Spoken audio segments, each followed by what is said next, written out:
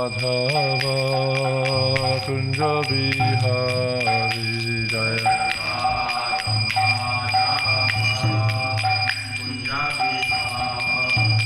Jaya Radha Madhava Kunja Bihari Jaya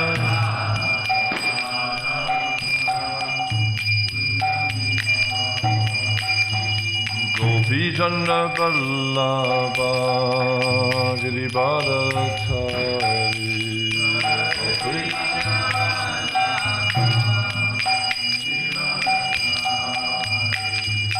Gopijana Vallabha Girivadachari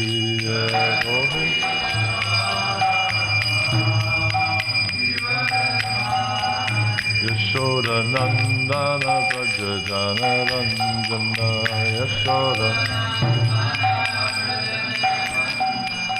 Yashoda Nandana Vrajajana Ranjana Yashoda Nandana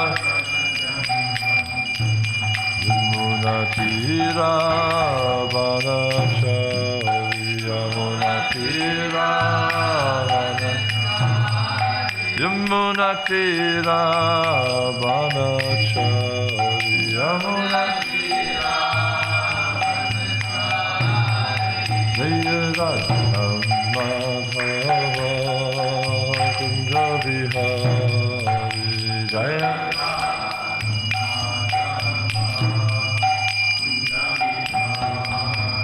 Jaya Radha Madhava Kunja Bihari Jaya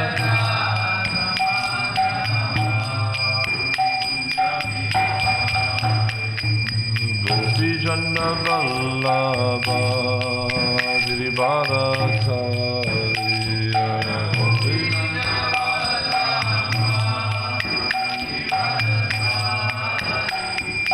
Gopijana Vallabha Girivadachari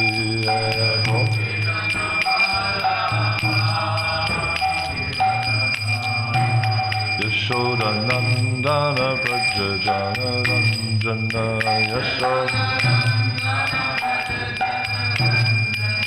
Yashoda Nandana Vrajajana Ranjana Yashoda Yamuna Tira Vanachari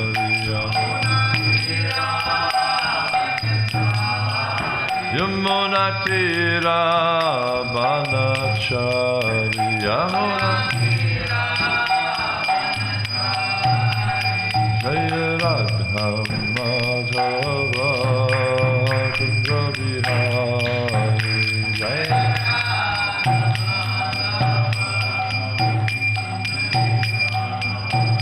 Jaya Radha Madhava Kunja Bihari Jaya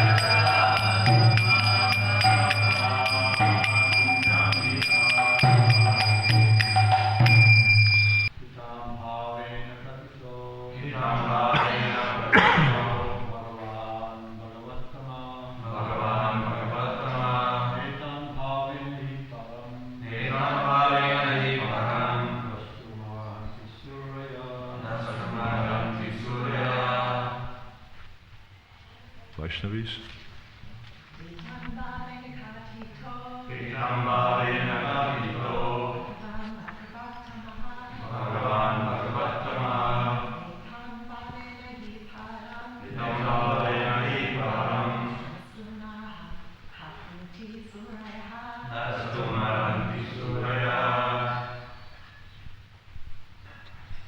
Itam in these features. Bhavena, the matter of creation and destruction. Katita, described. Bhagavan, the personality of Godhead. Bhagavatama, by the great transcendentalists. Not. Itam, in this. Bhavena, features. He, only. Param, most glorious. Drashtum, to see. Ahanti, deserve. Suraya, great devotees. Translation. The great transcendentalists thus describe the activities of the Supreme Personality of Godhead, but the pure devotees deserve to see more glorious things in transcendence beyond these features. Responsively. The great transcendentalists thus describe the activities of the Supreme Personality of Godhead, but the pure devotees deserve to see more glorious things in transcendence beyond these features. Purport. The Lord is not only the creator and destroyer of the material manifestation of his different energies. He is more than a simple creator and destroyer, for there is his feature of Ananda, or his pleasure feature. This feature, it's interesting how Prabhupada said he's more than a simple creator, because when you reflect on what the creation means, that's not a simple thing. You know, what Krishna's actually done in the creation here, and how he creates just by glancing. He doesn't even actually, you don't see Krishna out there with a shovel and a spade digging up the material nature or anything to try and build it. He just glances at it and it happens. It's just a thought process and it happens. So it's interesting how Prabhupada says more than a simple creator. He's way more than that. And Prabhupada's just, in essence, he's relegating the fact of, or the process of creation as a very simple thing. And so he engages his different energies, but he's much more than that. This pleasure feature of the Lord is understood by the pure devotees only, and not by others. The impersonalist is satisfied simply by understanding the all-pervasive influence of the Lord. This is called Brahman Realization. Greater than the impersonalist is the mystic who sees the Lord situated in his heart as Paramatma, the partial representation of the Lord. But there are pure devotees who take part in the direct pleasure, Ananda potency of the Lord, by factual reciprocation of loving service. The Lord in his abode called the Vaikuntha planets, which are eternal manifestations, always remains with his associates and enjoys transcendental loving services by his pure devotees in different transcendental humours. The pure devotees of the Lord thus undergo a practice of that devotional service to the Lord during the manifestation of creation, and take full advantage of the manifestation by qualifying themselves to enter into the kingdom of God. The Bhagavad Gita 18:55 confirms this. Bhaktimam abhijananti yavanyas chasmi tatpataha tato mam tatpato gatva vishate tad anantaram. By development of pure devotional service, one can factually know the Lord as he is, and thus be trained in the bona fide service of the Lord, and be allowed to enter into the direct association of the Lord in so many capacities. The highest glorious association with the Lord is made possible in the planet of Goloka Vrindavan, where Lord Krishna enjoys himself with the gopis and his favorite animals, the Surabhi cows. A description of this transcendental land of Krishna is given in the Brahma Samhita, which is considered by Lord Sri Chaitanya to be the most authentic literature in this connection. Let's read the translation. The great transcendentalists thus describe the activities of the Supreme Personality of Godhead, but the pure devotees deserve to see more glorious things in transcendence beyond these features. There's many points that are brought out here in this verse and purport. We see straight off how Srila Prabhupada is drawing a distinction between great transcendentalists, because one can be a transcendentalist but not necessarily a pure unalloyed devotee of Krishna. And there are many, many great transcendentalists, and Prabhupada often would refer to the impersonalists and the personalists as being examples of transcendentalists. But there are many transcendentalists who reflect upon this creation feature of the Lord and are marveled at how wondrous it is. And you know, just living in a place like New Govardhana and looking around us at the environment, we can see it's quite extraordinary, the things that happen here and the interactions of all the different elements and how they function. I can give a simple example. Even if you look at something like, or even the material body, like medical science doesn't really understand that well how the material body functions, because there's many things. For instance, in the digestive system, how there's all these different bacteria, and depending on how close they are to the wall of the stomach, there's different bacteria. There's like right on the wall of the stomach, there's bacteria that protect the wall of the stomach. Then there's other bacteria that have this interaction between that bacteria and the next level of bacteria. There's all these different types of things going on, and it's very much the same in soil. Like the deeper you go down into the soil, there's different microorganisms functioning in the soil, and when you get right to the surface, then there's a microorganism that lives around the base of a plant that interact between the air and the soil and the plant, and enable the plant to absorb elements from the air, like such as nitrogen. So we can see how there's it's quite extraordinary the way this creation functions, and many transcendentalists are simply absorbed in that and marvel at how the creation functions. But there's verses pointing out here that there's so much more to it than that. And for one who's actually a pure, unalloyed devotee of Krishna, not even interested in these things. Not even interested. So, they appreciate that, yes, the creation is going on by the potency of Krishna. And then if we look here in the second canto, also in the fifth canto, and actually all throughout the Bhagavatam, we can see, even the first canto, we can see how the process of creation is being described and how wonderfully this is going on. There's an interesting book by Rupa Goswami called the Laghu Bhagavatamrita, and in there's two sections in that book. The first section is called the Bhagavatamrita, or the sweetness of Krishna, and the second called Krishnamrita, and the second section is called Bhaktamrita, or the sweetness of the devotees. And in the first section, there's 5 chapters, and he's dealing primarily with Krishna and his incarnations. And so he talks about the Swayam-rupa, the Tadakatma-rupa, and the Avesh-rupa incarnations of Krishna. So Swayam-rupa means Krishna's own form. Tadakatma-rupa, this is the form of Krishna where so many other forms, complete forms of Krishna and partial expansions come from.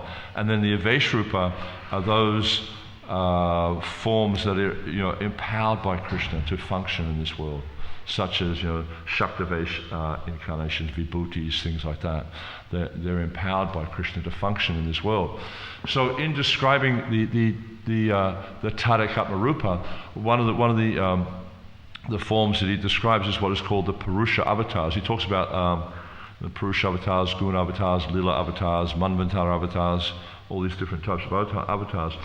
But with the Purusha Avatars, they're the avatars that manifest to expand the creation. So there's 2 levels of creation. If we look at this chapter, Vishwanath Chakravarti Thakur, he entitles this chapter the 10 topics of the Srimad Bhagavatam. And Prabhupada's entitled this chapter, the Bhagavatam is the answer to all questions. And they're actually quite compatible titles, because by demonstrating how there's 10 topics in a Mahapurana, and the Bhagavatam, as we understand, is the Amula Purana, or the spotless Purana, above all other Puranas. By describing these 10 topics in the Bhagavatam, we can see how everything in the creation, everything in existence, is described in the Bhagavatam. So we can see, therefore, that the Bhagavatam is the answer to all questions. So, if we just flick back to the first verse, I just want to just briefly touch on the 10 topics of the Bhagavatam. It says, Atrasaga Vishagascha Stanam Posha Muttaya Manvataresh Anukankata Nirodha Mukti Ashraya. So this is the 10 topics of the Bhagavatam, or 10 divisions of statements. So it starts off by Saga, means creation. This is the primary creation. So this essentially means the creation that took place before the modes of nature, before the jivas were involved. And we see what happens is that, Krishna, he expands himself. And he expands himself in many different ways, but one of the ways he expands himself is as Lord Balaram. And from Lord Balaram comes Shankarshan, from Shankarshan comes Mahashankarshan, then another Shankarshan. And from this second Shankarshan, or Shankarshan, Mahashankarshan, then Shankarshan again, comes the Purusha Avatars, which means Karanadakshay Vishnu, Garbhadakshay Vishnu, and Chiradakshay Vishnu. So Karana means is Savakarana Karanam, as it mentions in the first verse of the 5th chapter of the Gita. This Karana means cause. So we see how this Karana Dakashayi, Shayi means to lie down. So and Daka is the water. So he lies down on the water of the Karana, or the causal ocean. And when he lies down actually on Anantashesh, this divine serpent that manifests from Lord Balaram, Anantashesh. Or Shesha Shayi, Shayi meaning again the lying down or the couch.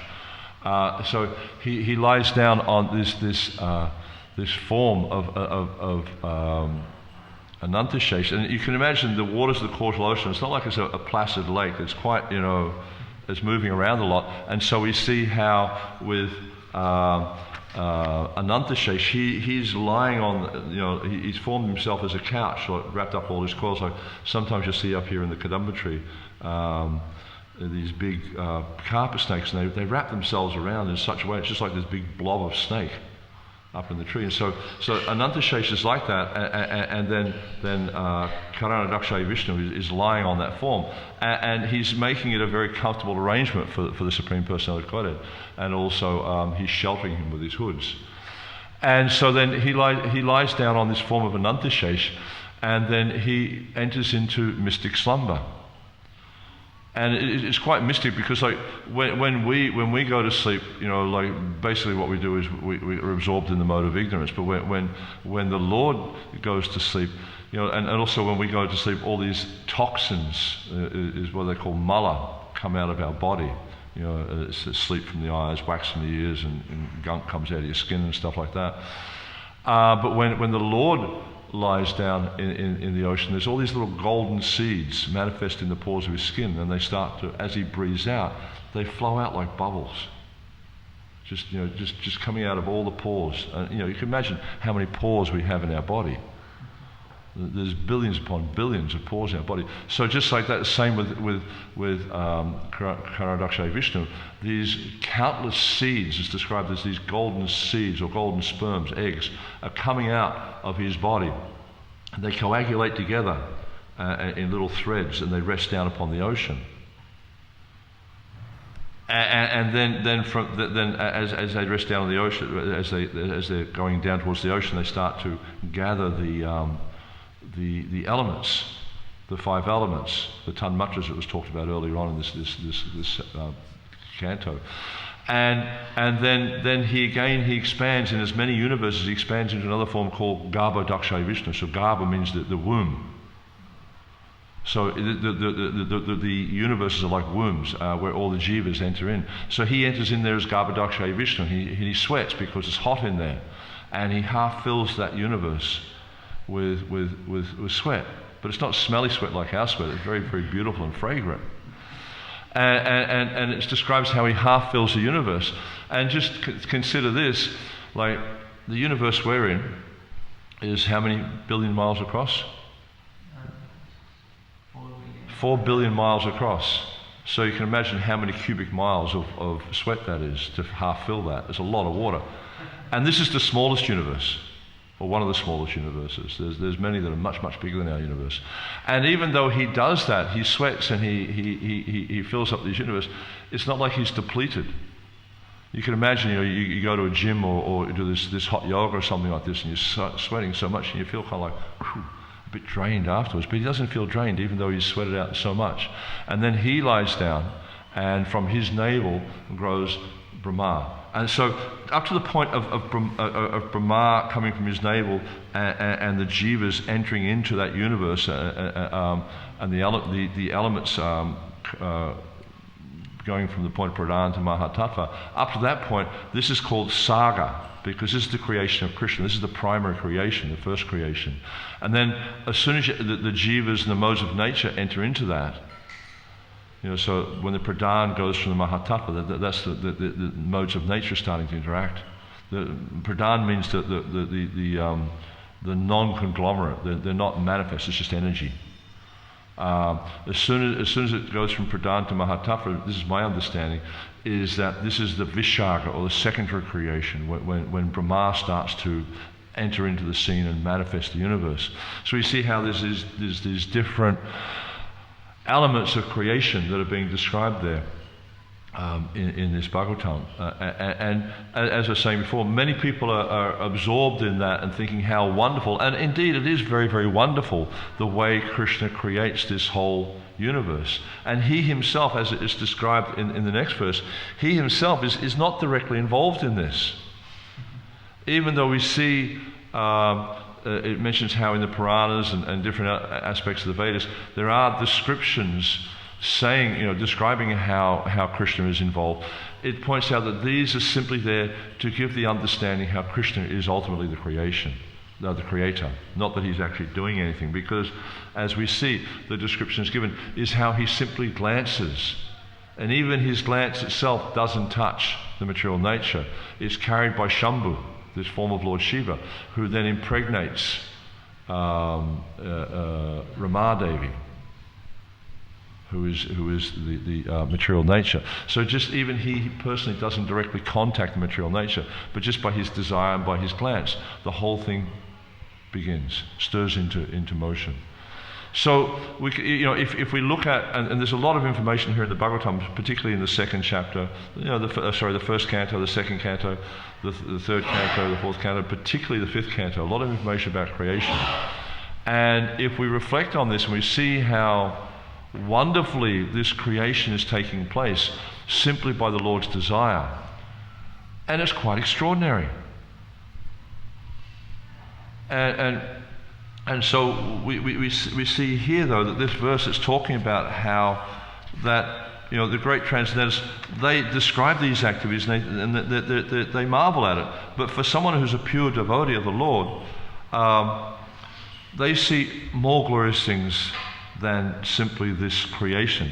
They look at this and they're seeing actually the wonderful pastimes of Krishna and how Krishna interacts with his devotees. And as I was mentioning, the 10 topics of the Bhagavatam, it talks about the creation, sub-creation, the planetary systems, the whole structure. A lot of this is talked about in the fifth canto, how you have all the 14 planetary systems and how, starting off with the subterranean planets, then going up to the middle planetary systems and the higher planetary systems, and then above that we have the spiritual planets. Then protection by the Lord. This is also a very important topic discussed in the Bhagavatam. And we see the protection by the Lord. This is discussed all throughout the Bhagavatam, or the Lord manifesting his mercy. For instance, we can see in the first canto, can anyone think of the example of protection by the Lord in the first canto?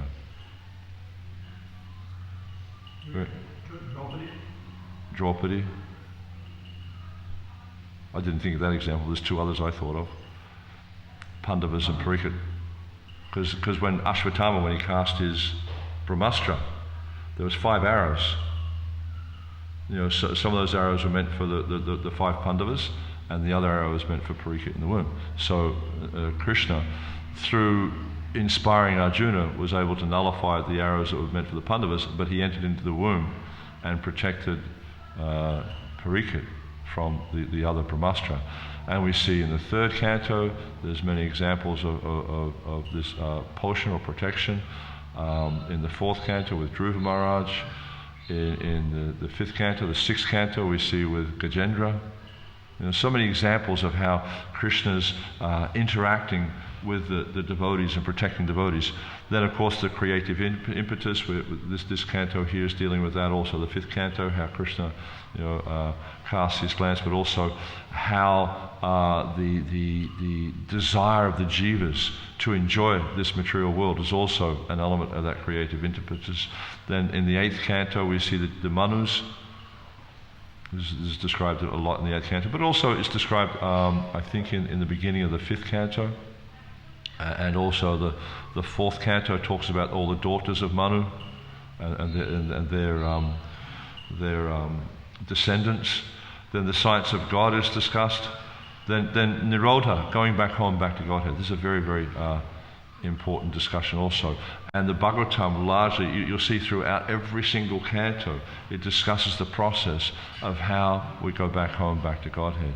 And Jiva Goswami, he makes this point, how in his Sandarbha commentaries on this chapter, how these 10 topics of the Bhagavatam are woven throughout the entire Bhagavatam.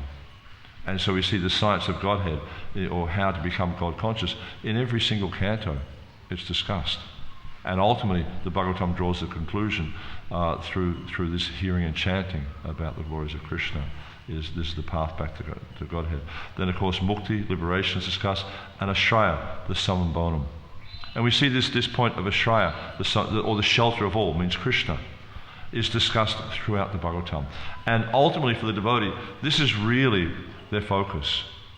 For the pure unalloyed devotees, to attain the shelter of Krishna, this is their focus. This is their only interest. And we see, in the first canto, there's that wonderful description by Narad Muni, how after he, as a child, he had taken the remnants of the Bhagavatas and he engaged himself in meditation, yogic practice, and he actually saw the Supreme Personality of Godhead.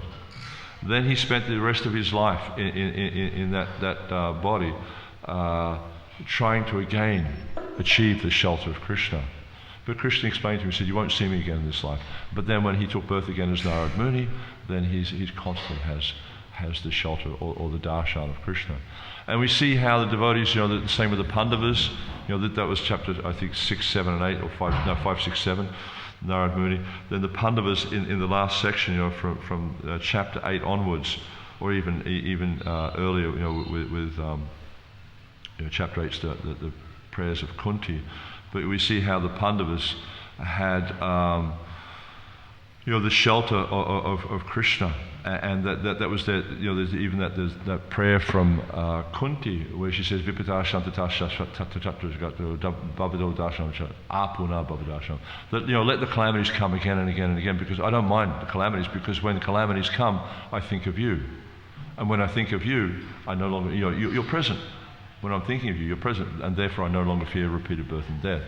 So for the devotees, especially for the pure devotees, the sweetness of the shelter of Krishna, there's nothing like it, because when they're absorbed in these thoughts of Krishna, then they understand that there's nothing that can harm them. Okay, the body may perish, we don't mind that. But if I'm absorbed in thoughts of Krishna, then I know I'm protected.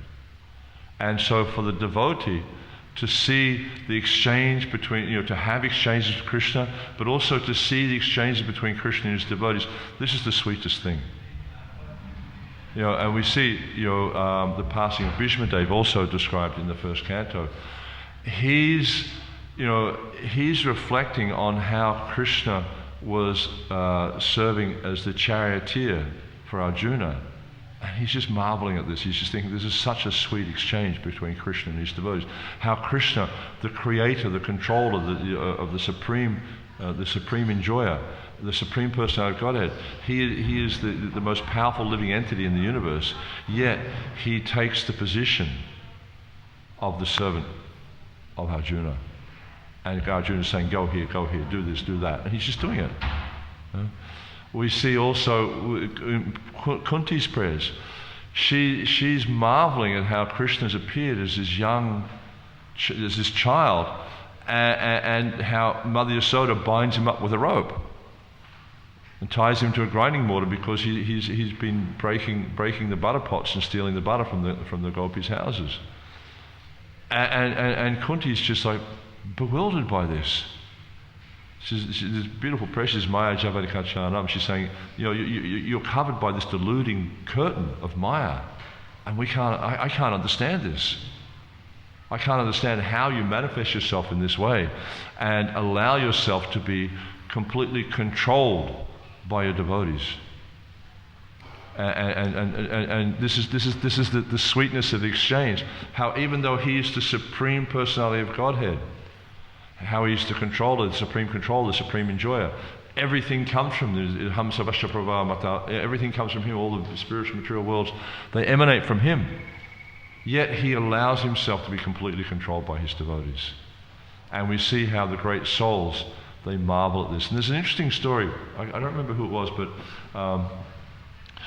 it may have been someone like Birbal was discussing with, I think it was Akbar. And Akbar was questioning, and he was saying, I don't understand how it is, you talk about how the Lord descends into this world to save his devotees. I don't understand how that's possible, how that functions. And just as then they were walking along, and his grandson had fallen into a pond. Akbar's grandson had fallen into a pond, and he couldn't swim. And so Akbar stepped into the pond and picked him out of the pond. And so then Birbal, he was explaining, just see how you are the emperor of the world. You are the most powerful person. And yet, to save your child, your grandchild, you come down, you step into the pond, and you pick him out. So he was using this example to show how the Lord also, and it's not like this, it's some, he's forced to do it, but out of love, because of his love for the grandchild, he steps into the pond to pick him up out of the water. So in the same way, out of Krishna's love for his devotees, Krishna could easily send, there's this nice verse in the 4th chapter where Krishna says, Prithanaya saranam vinishchaya chadukshitam dhamma sangstapanataya sambhavam yuge yuge. And Prabhupada, he elaborates on this verse in many different ways, but in one way he regularly states, he says that Krishna doesn't need to come here to annihilate the miscreants, because we see, and we're seeing more and more now with how the modes of nature or the material nature is interacting or playing out to annihilate so many people. We have like fires, we have floods, we have tsunamis, earthquakes, pandemics. So many people are destroyed by these natural occurrences. And so we see the material nature very, very powerful. Whenever there's a fire, like in 2019 we had these massive fires down around Sydney, and it's like they've got their planes with their flame retardants and dropping water on it and stuff like that, but it didn't really have much effect. A little bit, but not much. They save a few houses here and there, but they can't put the fire out. It's not like you can stand out there with your garden hose and put out the fire. It's not going to work. So we see how powerful material nature is, or if there's a tsunami, tsunami just flattens everything in its path. Bushfire just burns everything. Floods, there's been a lot of floods happening lately. They just, like it wasn't that long ago we had the worst floods Moorlambar's ever had, the worst floods Lismore's ever had.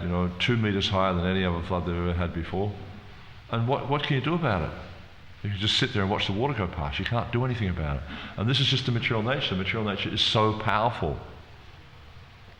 And there's not much we can do about it. So material nature can easily annihilate any number of miscreants and demoniac persons. And also the material nature can, Prabhupada explains with the devotees don't need to be saved because they're already saved. And as I mentioned that prayer from Kunti before, she's saying, as long as I think of you, I'm safe. I'm okay. So Prabhupada makes the point, the main reason Krishna manifests here in this material world is simply to engage in these sweet, loving exchanges with his devotees. Because he enjoys this. He gets a lot of satisfaction from the exchanges he has with his devotees. And not when he's taking, of course he does take the position sometimes of being the father or being the king or whatever like that. But that's not as sweet for him as the position where he becomes the dependent. Because when you are the one who has dependents, you're always worried about the dependents. Oh, are they, hurting themselves? Is this calamity happening? Is that calamity happening? Parents are always worried about their children. They're always worried, the child's got a cough or something. Oh, what's that? The child's got a runny nose, or got a fever. Especially with babies, because you can't communicate with them. So the parents are always worried about the baby. What's happening? What's this? What's that? But then so Krishna, he does take that position of being the parent sometimes. We see he had 16,100 wives in Dwarka, and each one of those wives had 10 children. So, he does take that position. But that's not as enjoyable for him as when he takes the position of being the dependent. He really likes that, And these prayers we sing during the Kartik month, the Damodarastaka, this is glorifying these childhood pastimes of Krishna and how Krishna derives so much satisfaction. But not only that, not only does Krishna derive satisfaction from these pastimes, we also see that the devotees derive so much satisfaction from these pastimes and so much satisfaction from the interaction with Krishna in this way that these sweet Satyabhakta Muni describes how these sweet childhood pastimes of the Lord are drowning the inhabitants of Gokul in pools of ecstasy. They're just relishing these pastimes, to see Krishna, playing with the cows and the calves, and to see him playing with the monkeys and all these different things he does. They're very, very sweet, and the devotees become very enlivened. They derive tushanti charamanti cha. They derive great satisfaction and bliss by always hearing about these pastimes, conversing with each other about these pastimes. So this is I think one of the main points that's coming from this verse here is how the pure devotees they absorb themselves in things much more glorious than simply the creation and the destruction of this material world, but actually they derive their satisfaction and bliss from and this is the point Krishna says, the thoughts of my pure devotees dwell in me, their lives are fully devoted to my service, and they derive great satisfaction and bliss by always enlightening one another and conversing about me. So to hear about these wonderful exchanges of Krishna with his devotees, this is where the pure devotees get their satisfaction. So I'll finish it there. Anyone have any questions or comments?